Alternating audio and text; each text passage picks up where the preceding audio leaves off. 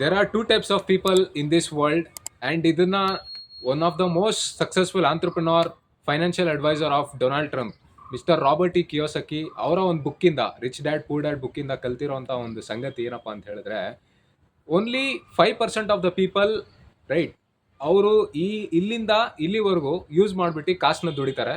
And rest of the 95% of the population ಏನಿದೆ, ಅವರು ಇಲ್ಲಿಂದ ಇಲ್ಲಿವರೆಗೂ ಕೆಲಸ ಮಾಡಿಬಿಟ್ಟು ಕಾಸನ್ನ ಸಂಪಾದನೆ ಮಾಡ್ತಾರೆ. ಸೊ ಇಲ್ಲಿಂದ ಕೆಲಸ ಮಾಡಬೇಕು ಅಂತ ಹೇಳಿದ್ರೆ ಎಲ್ಲರಿಗೂ ಇಷ್ಟನೇ actually, right. But make sure ನಾವು ಇದ್ರ ಮೇಲೆ ಕೆಲಸ ಮಾಡಬೇಕು. ಏನಪ್ಪ ಅಂತ ಹೇಳಿದ್ರೆ, ಆ ಥರ ಒಂದು ಐಡಿಯಾಸ್ ಮೇಲೆ ಕೆಲಸ ಮಾಡಬೇಕು.